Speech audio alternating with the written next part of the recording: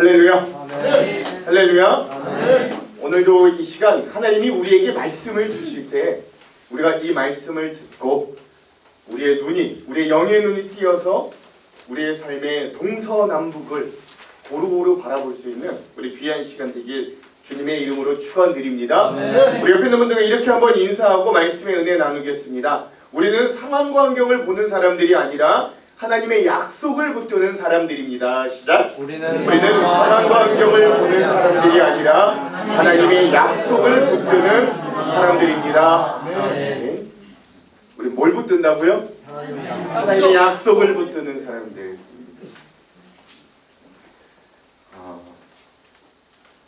여러분, 우리 기독교 신앙의 진정한 의미와 목적은요, 오늘 우리의 삶이 한쪽으로 치우치지 않고 균형 잡힌 삶을 살도록 인도해 주는 것입니다. 일례로 일반적으로 우리가 신앙생활하다 보면 마치 우리 신앙생활과는 이렇게 정반대면에 돈과 권력과 명예와 쾌락이 있는 것처럼 마치 그것들이 부정적인 것처럼 느껴질 때가 있습니다. 그럼 웬만하면 우리 그리스도인들은 그런 부분들 추구하지도 말고 만지지도 말고 마치 거기에는 가지 말아야 될 것처럼 치부하며 생각할 때도 있습니다. 그러나 진짜 기독교 신앙은 여러분 사실 그런 게 아닙니다. 기독교의 신앙은 하나님과 나의 관계를 넘어서 나와 또 우리 공동체 그리고 우리 공동체와 세상의 영역까지 침투해 나아가야 되는 우리 침노하는 사람들이 우리 그리스도인들이거든요. 그러니까 세상 속에 침노하려면 세상을 움직이고 있는 세상 속에서 우리가 마주할 수밖에 없는 돈과 명예와 권력과 쾌락을 무조건 타부시하거나 배척하며 살 수는 없습니다. 그럼 어떻게 해야 됩니까? 우리 세상에 사는 동안 우리가 그리스도인으로 살면서 돈과 쾌락과 명예와 권력과 인간관계 등이 뭔가 단절되는 폐쇄적인 어떤 편협한 금욕생활 또는 우리는 어떤 수도원에 있는 생활을 하는 사람들이 아닌 거예요. 그렇죠? 오히려 우리 그리스도인들은 신앙을 통해서 동서남북을 바라볼 수 있는 그런 균형 잡힌 시각들이 좀 있어야 됩니다. 우리 그리스도인들이 소유한 돈, 여러분 돈이 왜 이름이 돈입니까? 돌고 돌아서 돈이 원래 돌고 돌아야 돼서 돈이 돼요. 진짜인지 모르겠는데 그렇대요. 그러니까 진짜 돈의 역할을 할 수 있도록 돌고 돌 수 있도록 우리 그리스도인들은 돈 무조건 타부시하는 게 아니라 열심히 버세요. 그리스도인들이 먼저 많이 버세요. 그래야 그리스도인들이 조금이라도 더 나누고 베푸니까 돈이 돈되게 만드는 거 이게 우리 그리스도인들의 균형 잡힌 삶입니다. 그렇죠? 그리스도인인데 마치 돈을 쌓아두고 저 창고에 쌓아도 썩게 만드는 건 그리스도인의 균형 잡힌 재물과는 아닌 거예요. 물론 저축해요. 미래를 준비하십시오. 성실하게 사는 거 그거 하지 말라는 거 아닙니다. 그러나 할 수 있다면 나누고 베풀어 돈이 돈되게 만드는 게 이게 그리스도인의 진짜 균형 잡힌 삶입니다. 쾌락도요. 여러분 제자리만 찾는다면 쾌락도 그 무조건적으로 잘못됐다 이렇게 말할 수는 없는 겁니다. 정당하고 건전한 쾌락은 하나님이 오늘 우리에게 주신 가장 큰 선물 중에 하나인 거예요.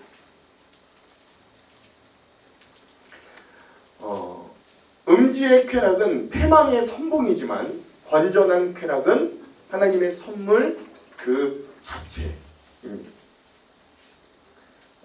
그리스도인의 명예, 즉 인기는 구름과 같이 사라지는 게 아니라 그 명예를 통해서 우리가 선한 영향력을 발휘해야 하고 그리스도인의 권력은 그 힘을 통해서 갑질하는 게 아니라 어려움을 당하는 사람들에게 그 힘이 어떻게 사용되면 그 사람들을 살릴 수 있나를 보여주는 도구가 되어야 됩니다. 그래서 우리 신앙인들은 한 면만 보고 나아가는 좀 착하지만 고리타분한 때로는 세상 사람들이 우리를 그렇게 많이 보고 있는 것 같은데 저 사람들 좀 착하지만 멍청해 이런 사람들이 아니라 우리 그리스도인들은 균형 잡힌 삶 가운데 북쪽도 남쪽도 동쪽도 서쪽도 볼 수 있는 그런 균형 잡힌 삶과 시각을 가진 사람들로 나아갈 수 있어야 됩니다. 이게 우리 그리스도인들이 가질 신앙의 어떤 전체적인 방향과 틀이다 라고 할 수 있습니다.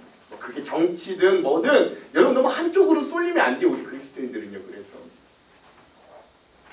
그래서 우리는 동서남북을 고루 볼 수 있어야 돼요. 그래서 그런 의미에서 오늘 본문의 말씀을 통해 우리가 좀 이제 아브라함 시리즈 오늘 벌써 7번째 시간인데 오늘 우리 이 아브라함의 7번째 시리즈 시간을 통해 우리가 동서남북을 바라보라, 눈을 들어 동서남북을 바라보라 라고 하는 주제로 여러분들과 함께 두 가지 큰 은혜들을 함께 좀 나누는 시간 되기를 간절히 소망합니다. 예, 하나님께서요 아브라함에게 너는 눈을 들어서 동서남북을 바라보라 라고 하셨거든요.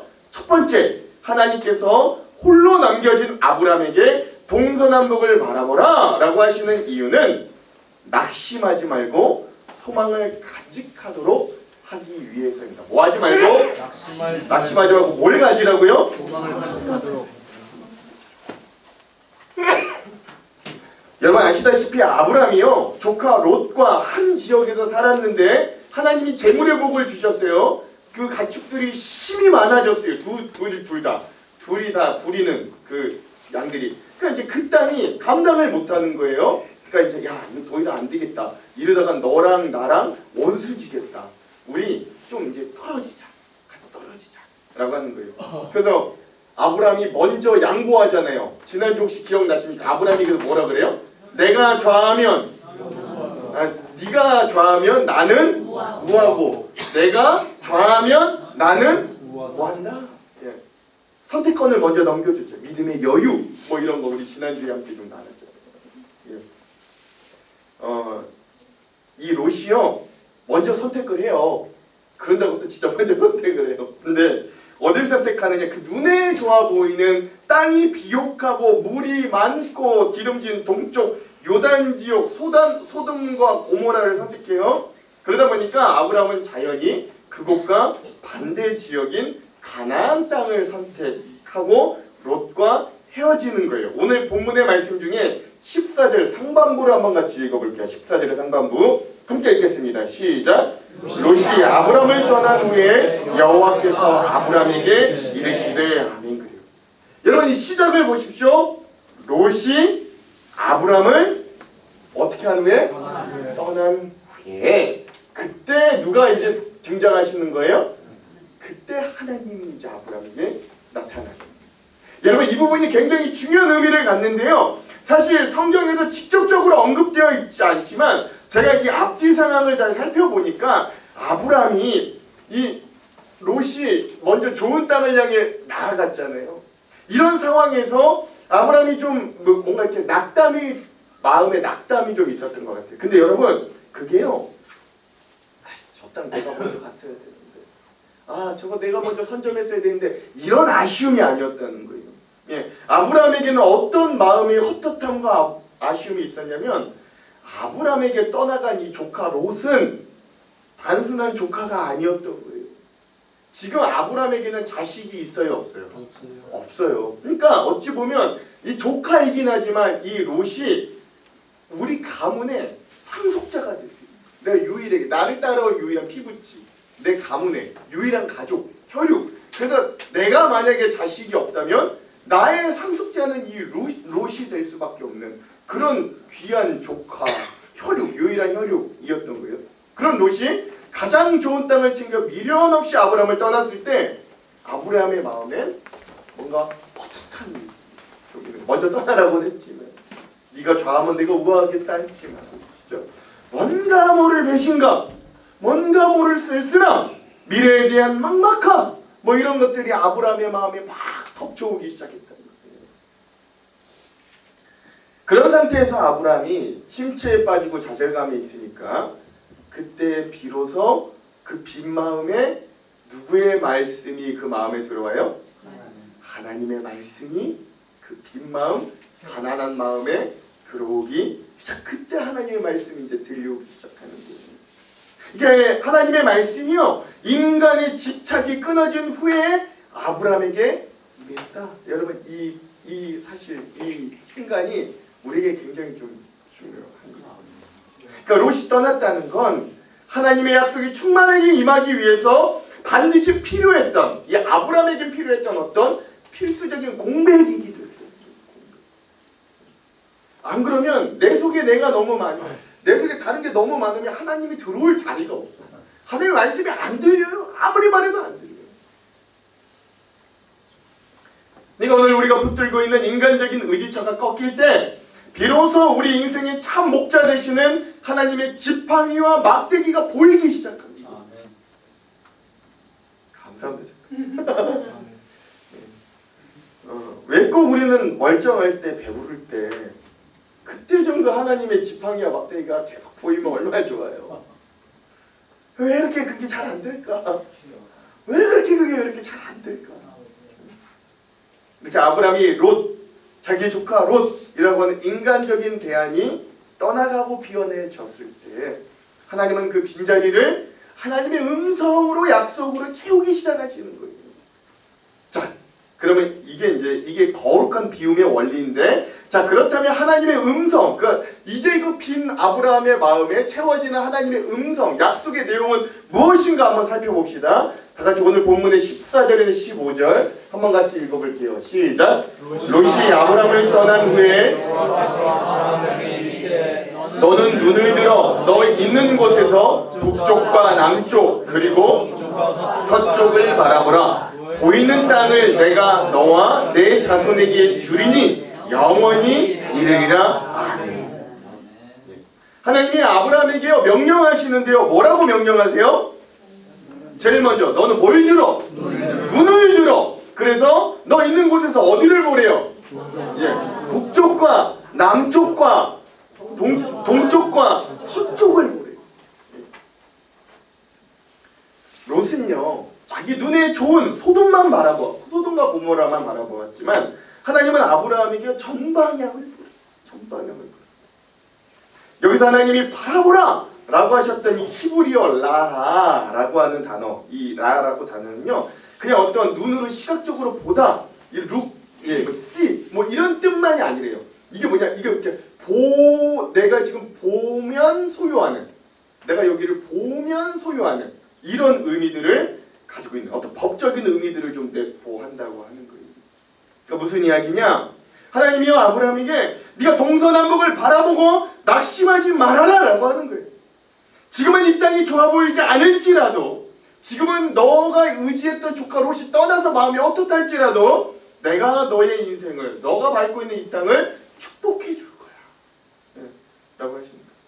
이 땅이 약속의 땅이고 영원한 땅이니 이 땅에 대한 이 소망, 이 꿈을 잃어버리지 말아라 라고 말씀하십니다.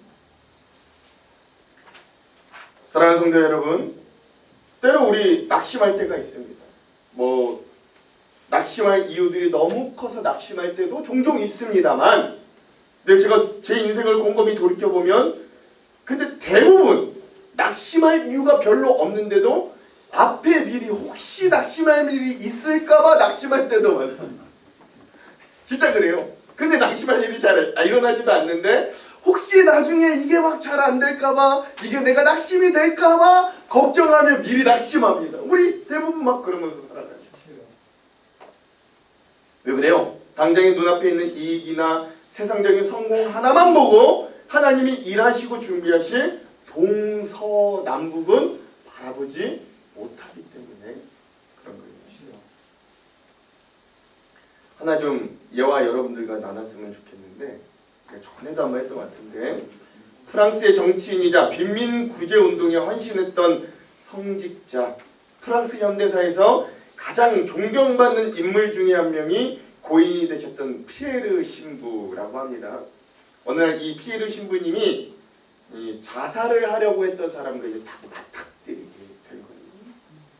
신부님이 그에게 찾아가서 그를 만류하고 그의 구구절절한 사연과 이야기들을 다 들어줬던 거예요. 그리고 나서 이 신부님이요, 그 막 자살하려고 했던 이한테 이렇게 말했다고 합니다. 내가 지금 당신의 이야기를 들어보니까 나 같아도 자살을 생각할 만한 것 같습니다. 그런데 당신이 이왕 자살하기로 마음 먹었으니까 죽기 전에, 자살하기 전에 내가 집 없는 사람들에게 집을 짓는 일을 좀 하고 있는데 그거 하나만 좀 도와주고 자살했으면 좋겠어. 뭐 죽을 땐 죽는데 내가 지금 이 일을 이 집 없는 사람한테 집은 이게 지금 도움이 너무 필요해. 그러니까 요거 한 것만 좀 도와주고 다 도와주고 나면 그때 자살. 근데 신기하게도 그 자살이라 어떤 사람이 이 피에르 신부님의 이야기를 듣고 그래 내가 죽기 전에 마지막으로 저 신부님 돕고 그래 죽어야지.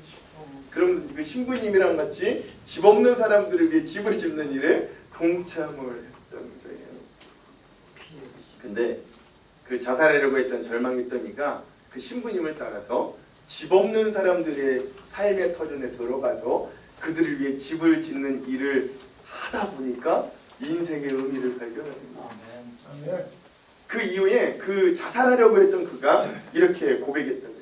내가 자살하려고 했을 때 피에르 신부님이 오셔서 만약에 설교를 하였다면, 위로를 하였다면, 또 내가 죽지 않아야 되는 어떤 이유로 나를 설득하려 하였다면 나는 아마 그 자리에서 바로 자살을 했을 겁니다. 그러나 남을 위해 집을 짓는 일에 동참함으로 나는 삶의 의미와 생명이 계속돼야 하는 이유를 찾았습니다. 계속 살았대요. 잘 살았대요.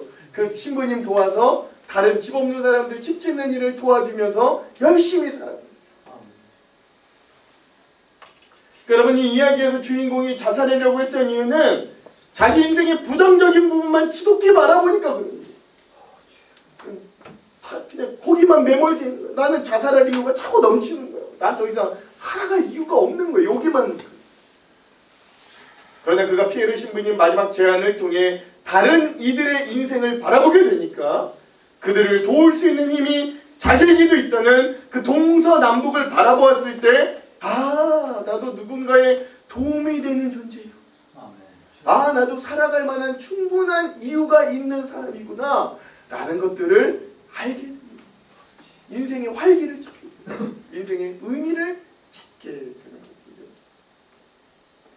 그러니까 우리 사랑하는 성도 여러분, 우리 무엇보다 우리 그리스도인들은 나 자신에 대해서 먼저 좀 동서남북을 바라볼 수 있어야 될 줄로 믿습니다. 그렇죠? 절망에 빠질 때는 나 자신이 이 세상에서 가장 쓸모없는 존재처럼 보일 때가 많습니다. 근데 여러분 결코 그렇지 않거든요. 한쪽만 바라보니까 내가 가장 못난 것처럼 보입니다. 사실은 별거 아닌데 그 별거 아닌 거에 집착해서 자기를 무가치한 인생으로 판단해버릴 때가 우리 너무나도 많은 거예요. 작은 비교에, 그렇죠? 남들의 SNS에 그 화려할 때 찍었던 그거에 내 인생은 왜 그러지? 내 인생은 왜 화려하지 않지? 나는 왜 여행 못 가지? 나는 왜 이렇게 사람이 때론 어려움에 놓여 있으면 정상적인 사고를 하지 못할 때도 있습니다. 자기 자신에 대해 지독히 편중된 생각을 하기도 합니다. 무조건 부정적인 쪽으로 생각될 때도 있습니다. 근데 여러분 이때 하나님이 우리에게 말하시는 거예요. 야, 뭐부터 들어요? 뭐 들을래요? 눈을 들어. 뭐부터 들으라고요? 야, 눈을 들어. 어딜 봐? 동서남북을 봐. 자꾸 그것만 보지 마. 뭐부터 들으라고요? 눈을 들어. 동서남북을 봐. 자기 자신에 대해서도 이렇게 동서남북을 바라볼 수 있어요. 자기가 결코 쓸모없는 인생이 아님을 하나님의 이 명령을 통해 오늘 우리가 알 수 있어야 되는 것. 근데요, 그래도 우리의 인생에는 콩깍지가 씌워서 제대로 된 상황 판단을 하지 못하는 경우가 굉장히 부지기수이기도 합니다. 콩깍지가 씌어 있으니까 다른 경우의 수가 잘 이렇게 보이지가 않아요. 절망의 콩깍지가 씌어 있고요. 부정적인 콩깍지가 씌어 있고요. 원망의 콩깍지가 씌어 있고요. 나쁜 선입견의 콩깍지가 우리의 눈에 씌어져 있을 때가 너무나도 많아요. 불신앙의 콩깍지가 씌어져 있을 때도 많습니다. 여러분, 여러분의 배우자를 어떻게 바라보십니까? 연애할 때는 좋은 콩깍지였는데 지금은 어떤 콩깍지를 씌고 바라보십니까?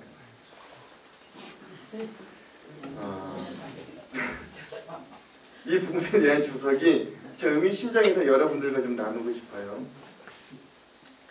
사방의 지점은 하나님 선물의 전체성을 상징합니다.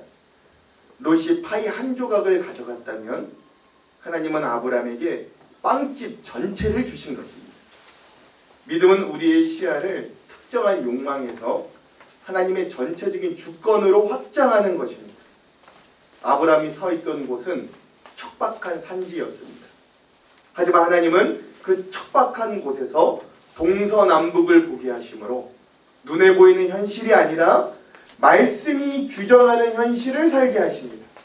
또한 종과 횡으로 행하여 보라는 말씀은 주신 약속을 삶으로 밟아가라는 실천적인 믿음을 요구합니다. 예, 주석에 이렇게 써있더라고요.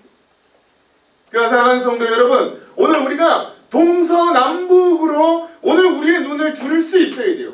오늘 본문 14절에 너는 눈을 들어 동서남북을 바라보라 라고 하셨어요. 여러분, 눈을 들어 마음과 생각에 전환을 줄 수 있어야 돼요. 내가 동쪽만 바라봤다면 이제 서쪽도 좀 보십시오.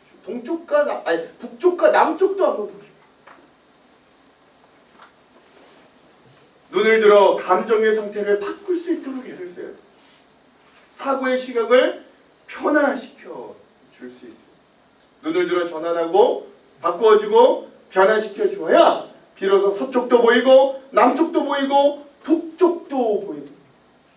그렇다고 우리 신앙인들에게 눈을 든다는 게 뭘 의미할까요? 여러분, 우리 눈을 들어야 보이는데 바로 기도의 자리로 나아가 하나님을 향해 눈을 드는 것, 하나님을 바라보는 것, 그것을 이야기합니다. 그러므로 때로 우리가 절망하고 포기하고 싶을 때 여러분 반드시 눈을 드는 자리, 기도의 자리로 나아가게 주님의 이름으로 축원드립니다. 왜 기도의 자리로 나아가야 돼요? 기도를 통해 우리의 편협한 시각과 생각이 변화되기 위해서. 기도의 능력은 우리의 감정을 전환시켜주고요, 사고의 시각을 변화시켜주고. 그동안 우리의 문제는 너무 한쪽으로 쏠려 있었는데, 감정에 쏠려 있고 기분에 쏠려 있고 생각이 한쪽으로 치우쳐 있었는데, 그래서 그동안 하나에만 집착하고 절망하고 좌절했다면 이제는 우리가 눈을 드는 자리, 그 기도의 자리로 나아가서 하나님께 나의 어려움과 나의 기도와 하나님의 해결이 시라는 믿음을 다시 한번 채워질 때 오늘 우리의 생각이 전환되고 기분이 전환되고 세상이 어두운 북쪽만 있는 게 아니라 해 뜨는 동쪽도 있고 태양이 이글거리는 남쪽도 있고 황혼의 아름다운 서쪽도 있음을 비로소 알게 됩니다. 그래서 그 기도 시간을 통해 하나님이 주신 새로운 활기를 얻게, 눈을 드는 시간. 눈을 먼저 들어야 동서남북을 보죠. 땅만 보고 있으면 어떻게 동서남북. 그 시간이 기도 시간입니다. 그러므로 사랑하는 성도 여러분, 우리 땅만 보지 마시고 눈을 번쩍 들어 하나님을 보실 수 있는 저와 여러분 되길 주님의 이름으로 축원드립니다. 그리고 하나님께서 보여주시는 동서남북을 한번 바라보십시오. 그때 비로소 그것이 하나님께서 약속하신 축복의 선물이 있음을 반드시 발견하게 될 겁니다. 기도의 자리를 통해 우리의 삶에 동서남북을 발견하게 되는 놀라운 일이 먼저 저와 여러분들에게 일어나길 주님의 이름으로 축원드립니다. 우리 옆에 있는 분들과 이렇게 한번 인사해 봅시다. 눈을 들어 하나님을 바라봅시다. 그리고 하나님을 통해 동서남북을 바라봅시다. 시작. 눈을 들어 하나님을 바라봅시다. 그리고 하나님을 통해 동서남북을 바라봅시다. 아멘.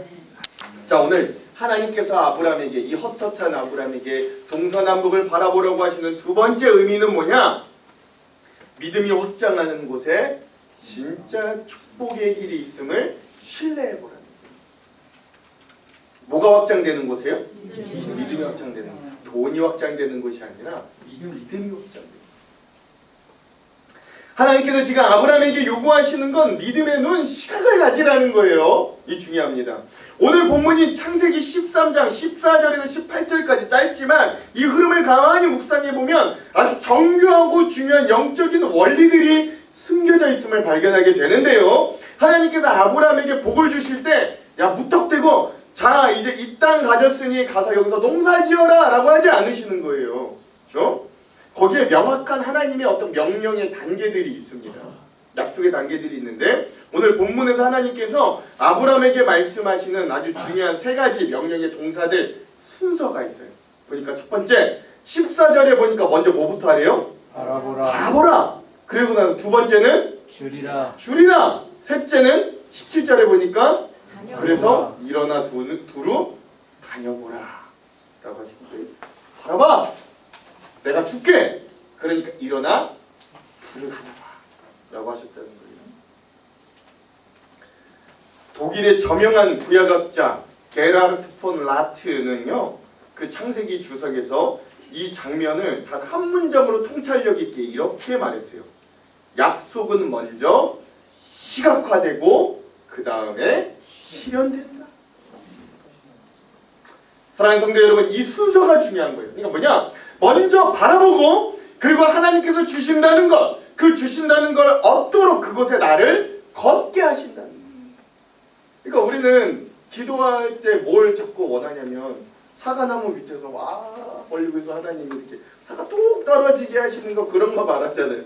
그러지 않는다고요. 하나님이 바라보게 하시고 그리고 준다고 약속하셨으면 그 다음 하나님이 벌리면 딱 주시는 게 아니라 그 다음부터는 뭐 하게 하신다고요? 그 땅을 걷게 하신다고요. 그 땅을 걷게 하신다고요. 그러니까 근데 여러분 중요한 건 뭔지 아세요? 우리가 그 땅을 걸을 때 그 땅이 지금 나한테 주어졌어요? 아직 완전히 다 주어진 게 아니에요. 아직 이루어지지 않았어요. 아직 그 땅에 가나안 사람들이 바글바글해요. 아직 현실은 척박해요. 소돔과 고모라가 비옥해 보이지 나에게 지금 남겨진 주어진 땅은 그렇게 막 좋은 땅은 아닌 것 같아요. 세상적인 눈으로 볼 때는 비전과 소망이 없어 보여요. 그럼에도 하나님이 그 땅을 바라보게 하시고 약속을 주시고 걷게 하시는 이유는 이건 하나님께서 우리 그리스도인들에게 무슨 믿음을 요구하시는 거냐면 선점하는 믿음을 요구하시는 거예요. 무슨 믿음? 선점하는 믿음을 아브라함이 직접 자기의 발로 밟기 전에 그의 눈이 먼저 그 땅을 밟아야 된다는 거예요. 하나님은 아브라함의 위축된 마음과 좁아진 시야를 먼저 동서남북을 바라보라 라고 하는 말씀으로 치료하여 주시고 롯이 떠난 뒤에 텅 빈 들판만을 보며 낙심해 있는 아브라함에게 하나님은 동서남북이라는 사방의 지평을 보여주심으로 그의 믿음의 크기가 점점 확장되기를 바라시는 거예요. 그렇다면 하나님은 그렇게 바라보게 하신 동서남북에서 일하시고 역사하실 것을 기대하며 믿음의 눈으로 그것을 바라보기를 한다. 그러니까 여러분 우리가 하나님 앞에서 뭔가를 행하는 어떤 doing 하기 전에 반드시 선행해야 되는 게 뭐냐? 하나님이 보여주시는 비전을 seeing 바라보는 것. 그게 먼저 영적인 세계에서 우리가 집중하여 보는 게 곧 소유하는 것입니다. 현실에서 본다고 다 내게 되는 거 아닌데 영적인 세계에서는 우리가 꿈꾸고 먼저 보면 하나님이 우리가 본 대로 말하는 대로 믿는 대로 우리에게 주신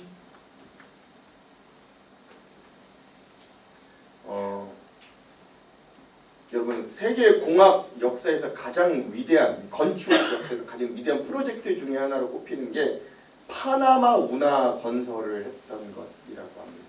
전 세계 운하가 두 개 있죠. 수에즈 운하가 있고 파나마 운하가 있는데 이 북미에 있는 파나마 이 운하는요 북아메리카 그죠? 파나마에 있는 운하인데 이 운하가 있기 전에는요 미국 뉴욕 이 동쪽에서 이 서쪽에서 샌프란시스코 동쪽까지 가려면요 어떻게 가야 되냐 배를 타고 남아메리카를 이렇게 전부 돌아가지고 그쪽으로 가야만 했던 거예요.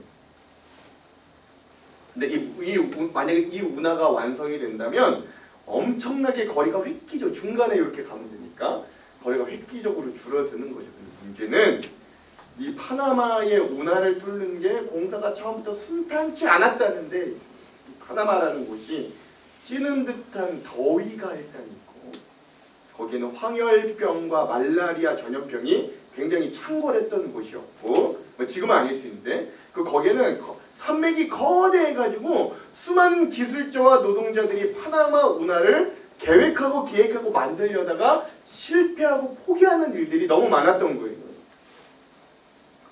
먼저 프랑스의 페르디낭드 렙셉스라고 하는 사람이 제일 먼저 이 파나마 운하를 건설하려고 시도했는데 실패했어요. 그냥 실패한 게 아니라 수많은 인명 피해가 있어가지고 그가 그걸 실패하고 패가망신했던 거예요. 그래서 사람들이 이 공사를 불가능한 일이다. 이건 이 운하는 어렵다. 이거 사람의 힘으로는 어렵다. 불가능한 일이라고 단정이죠. 근데 그때 이 공사에 다시 한번 도전한 사람이 있는데 그 책임자가 미국의 조지 워싱턴 고델 장군이라는 분이 이 공사를 다시 한번 도전하십니다. 놀라운 건 그 고델 장군이요, 절망적인 현장을 보면서도 공사를 멈추지 않아요. 이 공사 기록에 따르다 보니까 그분이 고델 장군이 늘 이렇게 강조했대요. 이 일은 반드시 완성된다. 주변 사람들이 계속 얘기해요. 이 일은 반드시 완성된다. 힘들어도 합시다. 이 일은 반드시 완성됩니다. 반드시 합시다. 열심히 합시다. 얘기했죠. 그리고 그는 단순히 말만 한 게 아니라 현장을 직접 다니면서 매일같이 공사를 지휘했다. 사람들 보기에는 이 파나마의 산맥은 진흙 산더미여서 실패의 흔적밖에 보이지가 않는데, 하지만 이 고델스 장군은 그곳에서 완성된 운하를 미리 보고 있던 거예요. 그래서 그는 아직 보이지 않는 미래를 따라 현재를 견뎌내고 하루하루 땅을 파냈던 것. 결국 파나마 운하가 완성되고 그 운하를 통해 수많은 사람들이 더 이상 남아메리카를 돌아가지 않게 되는 놀라운 백길이 열려지고, 그리고 이건 운항뿐만 아니라 물류 운반 여러 가지 면에서 아주 획기적인 발전을 이루어내는 아주 중요한 업적이 되었다는 거예요. 어떤 이는 이 파나마 운하가 20세기 세계 7대 불가사의에 꼽힐 만큼 신공법과 신기술 장비가 총동원된 가장 어려운 복합적인 공사였다. 이렇게 막 극찬할 정도가 파나마 운하였다고 합니다. 그러니까 여러분, 그래서 이제 보이시잖아요, 그렇죠? 그 파나마 운하 때문에 미국에서 태평양과 대서양을 관통하는 이 파나마 운하를 이용할 경우 남아메리카를 돌아가는 것보다 운항거리를 약 15,000km가량 줄일 수 있는 놀라운 혜택들을 입게 되었다. 저는 이 고델 이 장군님이 기독교 신앙이 있으신지 없으신지 잘 모르겠습니다. 근데 여러분, 이 예화가 바로 오늘 본문에서 하나님이 아브라함에게 요구하셨던, 또한 우리 그리스도인들에게 요구하시는 어떤 선점하는 믿음의 모습이라고 저는, 이 고델 장군의 어떤 모습. 지금 아브라함이 남겨진 땅은 가나안 땅에서도 제일 척박한 황무지지만 하나님은 그곳에서 동서남북을 바라보라고 하셨어요. 하나님이 먼저 완성될 약속의 땅을 보여주시는. 그래서 아브라함은 아직 아무것도 없는 땅을 이미 받은 것처럼, 그 땅이 마치 젖과 꿀이 흐르는 땅인 것처럼 그곳을 향해 나아가고 그곳을 거닐 수 있었던 거예요. 그러므로 사랑하는 성도 여러분, 믿음은 없는 것을 만들어내는 게 아니라 하나님이 이미 이루어 주신 것을 먼저 보고 그 안으로 걸어가는 것임을 믿으시기 바랍니다. 아멘. 저 하한장로교회 왜 왔게요? 하한장로교회 왜 왔게요? 아파트도 주변에 하나도 없고, 저 주변에 세대라고는 500명 좀 이 마을에 왜 왔게요? 저한테는 이 보이는 거예요. 믿음이 보여요. 하나님이 우리 하한장로교회를 통해 일하심을 보는 거예요. 아멘. 하나님은 그 땅에 이런 약속을 덧붙여 주시는데요. 다 같이 16절 한번 읽어볼게요. 16절. 하나님 그 땅에 어떤 약속을 덧붙여 주시는가? 시작. 내가 내 자손의 성이 같이 하리니 사람의 하나님 땅을 이루실 수 있으니 이 자손도 되리라. 아멘. 하나님께서 그런 땅을 차지한 아브라함에게 뭐라고 말씀하시냐면, 네가 있는 곳에서 동서남북을 바라보라. 그러면 네가 눈에 보이는 땅을 너의 자손한테 주. 그 땅이 영원한 땅, 축복의 땅이 될 거야. 너는 그곳에서 너의 자손이 축복을 받아 티끌같이 많아질 거다라고 말씀하시는 거예요. 그리고 정말 이후에 이 땅이 이른 비와 늦은 비가 내리는 젖과 꿀이 흐르는 하나님의 약속의 땅, 가나안 땅, 이스라엘 백성들이 사는 이스라엘 땅이 되었던 거예요. 한마디로 말해서 아브라함이 차지한 땅이 축복의 땅이라고 하나님은 계속 말씀하여 주신다는 거죠. 사실 인간적인 눈을 뜨고 바라본다면 먼저 롯이 차지한 소돔과 고모라 땅이 축복의 땅으로 보일 수도 있어요. 그러나 동서남북을 바라보면 아브라함이 차지한 땅이 축복의 땅임을 발견하라 라는 하나님의 메시지인 거죠. 사랑하는 성도 여러분, 우리가 믿음을 가장 먼저 선택하고 믿음대로 행하였을 때 당장 우리에게 돌아오는 건 믿음을 선택했으니까 하나님이 막 당장 축복을 주시고 이런 경우도 가끔 있지만 일반적으로는 우리가 믿음대로 선택하면 우리에게 다가오는 건 손해 또는 우리 기대에 못 미치는 어떤 작은 결과들일 때가 많습니다. 그럴 때가 대부분이에요. 그러나 우리가 먼저 하나님의 나라와 의를 구할 때 하나님은 반드시 우리에게 모든 것을 더하여 주신다고 말씀하여 주셨습니다. 이거 믿으십니까? 그렇죠? 눈물로 씨를 뿌린 자들은 어떻게 해주신다 그랬어요? 기쁨의 곡식단 하는데 앞에 뭐가 붙어요? 반드시. 눈물로 씨를 뿌리면 기쁨의 곡식단을 얻는데 반드시. 선한 일을 하되 포기하지 말고 낙담하지 않으면 때가 이를 때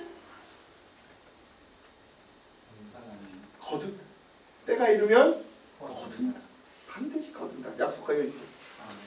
이렇게 보았을 때 여러분이 이제 이 말씀을 듣고 나아갈 여러분의 믿음의 가정, 축복의 가정이 되기를 원합니다. 그렇다면 여러분 가정 안에서도 동서남북을 바라보시기 바랍니다. 그때 우리 믿음의 가정이 축복의 가정으로 보일 줄 믿습니다. 여러분 다니는 직장 일터 축복의 직장이십니까? 만약 그렇게 느껴지지 않는다면 당장 내일부터는 그곳에서 동서남북을 보시고 여러분의 사업장에서 동서남북을 바라보시기 바랍니다. 겉보기에는 별 볼 일 없어 보일지라도 그곳에서 하나님의 소명을 발견하고 정직과 성실로 그 일터와 사업장을 채운다면 그것이 바로 하나님이 나에게 주신 축복의 직장, 축복의 사업터가 될 줄로 믿습니다. 아멘. 여러분들의 자녀 축복된 자녀입니까? 만약에 그렇게 느껴지지 않는다면 여러분 자녀를 두고 자녀의 동서남북을 바라보시기. 그 자녀가 바로 가장 비전이 넘치고 소망이 있는 우리 가정의 가장 고배로운 존재들로 보여지게 됩니다. 자꾸 왼수라고 하지 말고 여러분 바둑 둔 적 있으십니까? 장기나 바둑이나 여러분 뭐 하여튼 이렇게 장기든 바둑이든 그거 고수와 하수의 차이가 뭔지 아세요? 하수는 바로 앞길만 봐요. 아 이거 먹으면 이기겠다. 아 이거 이기겠다. 근데 고수는요 제가 보니까 진짜 고수들 막 세뇌해서 앞을 봐요. 이렇게 되면 이렇게 되니까 나중에 이렇게 되겠지. 이렇게 막 세뇌수를 앞에 이길 수가 없는 거예요. 세뇌수를 앞에 보니까 하수는 고수를 이길 수가 없어요. 미끼를 던지고 탁 물고 막 이렇게 돼요. 근데 여러분 고수에게 길이 있고 하수에게 길이 없는 게 아닙니다. 그렇죠? 고수에게도 길이 있고 하수에게도 똑같이 길이 주어져 있어요. 근데 고수에게는 그 길이 보이고 하수에게는 길이 보이지 않는 것뿐이잖아요. 그렇죠? 우리 인생도 마찬가지입니다. 여러분 우리에게 축복의 길, 응답의 길, 하나님이 주신 귀한 그런 길들이 없는 게 아니에요. 없는 게 아니에요. 누구에게나 축복의 길이 있어요. 그런데 어떤 사람에겐 보이고 어떤 사람한테는 안 보이는 게 문제인 거예요. 그렇다면 누구에겐 보이고 누구에겐 보이지 않습니다. 우리 본능대로 한쪽만 바라보면 결코 그것들이 보이지 않을 거지만 오늘 하나님이 우리에게 명령해 주신 대로 먼저 뭘 들어? 어떤 눈? 믿음의 눈을 들어. 믿음의 눈을 들어 뭘 바라볼 때? 동서남북을 바라볼 때 그때 여러분 조금씩 보이기 시작합니다. 그리고 다시 한번 강조합니다. 오늘 우리에게 축복의 길이 있음을 여러분 먼저 신뢰하시기 바랍니다. 먼저 있다고요. 못 보는 것뿐이지 있다고요. 그리고 하나님의 음성에 귀 기울이고 순종하시기 바랍니다. 하나님의 음성, 하나님의 말씀의 특징이 무엇이냐? 항상 우리를 동서남북을 바라보게 하십니다. 그리고 그러한 시각과 넓은 생각을 통해 하나님은 언제나 큰 축복을, 응답을 예비하고 계신다. 여러분 이거 포기하거나 이걸 의심하지 마시기 바랍니다. 이거 붙들고 하나님 앞에 매달리세요. 아멘. 그 동서남북을 바라보는 삶을 살 수 있는 가장 좋은 길은 항상 하나님의 말씀을 듣고 읽고 묵상하고 눈을 드는 그 자리, 기도의 자리로 나아가는 거. 아멘. 그 다가오는 한 주도 하나님께서 예비하신 그 축복과 승리의 길을 우리가 믿음의 눈을 들어 동서남북을 바라봄으로 반드시 찾아내는 저와 여러분들의 삶이 되길 주님의 이름으로 축원드립니다. 우리 옆에 있는 분들과 함께 이렇게 한번 도전해 봅시다. 말씀을 의지하고 동서남북을 바라보면 반드시 축복의 길을 찾게 될 겁니다. 시작. 말씀을 의지하고 동서남북을 바라보면 반드시 축복의 길을 찾게 될 것입니다. 아멘. 말씀을 마무리합니다. 여러분, 하나님은요 동서남북을 바라보게 하시는 하나님이십니다. 네. 이런 하나님 아니에요. 내가 동쪽으로 가야 되니까 서쪽으로 가야 되니까 내가 동쪽 가면 벌레 일이시고 서쪽 가면 축복할 겁니다. 이런 하나님 아니라고요. 동서남북을 보게 하십니다. 그리고 하나님은 우리의 마음에 계시는 성령님을 통해 우리의 마음과 생각이 동서남북을 바라보게 하시고 우리의 마음과 귀를 두드리실 겁니다. 눈을 들어라. 마음을 좀 넓혀라. 동서남북을 바라봐라. 그래서 내가 너에게 숨겨놓은 축복과 생명의 길을 네가 곧 찾기를 바란다. 그러므로 사랑하는 성도 여러분, 다음 한 주 동서남북을 바라보는 인생 살기를 원합니다. 나에 대해서 또한 남에 대해서도 동서남북을 바라봐 주십시오. 절망에 빠질 때, 힘들 때, 싸울 때, 그때 여러분 정말 그때야 비로소 동서남북을 바라볼 때, 믿음이 약해질 때, 세상이 어두워져 보일 때, 그때 여러분 눈을 들어 동서남북 바라보시기 바랍니다. 아멘. 교회에 대해서, 목회자들에 대해서, 교회 공동체와 식구들과 우리 가정을, 우리 함께 관계하는 모든 이들에 대해서 여러분 한쪽만 보지 말고 동서남북을 바라봐 주시기를 바랍니다. 아멘. 눈을 들어 지금 있는 자리에서 그 동서남북을 바라볼 때 우리가 지금 있는 그 자리가 하나님이 약속하신 축복의 자리, 그 영원한 자리, 행복한 가나안 땅이 될 줄로 믿습니다. 그 시각과 마음으로 한 주를 승리하는 저와 여러분들 되시기를 주님의 이름으로 축원합니다. 축원합니다.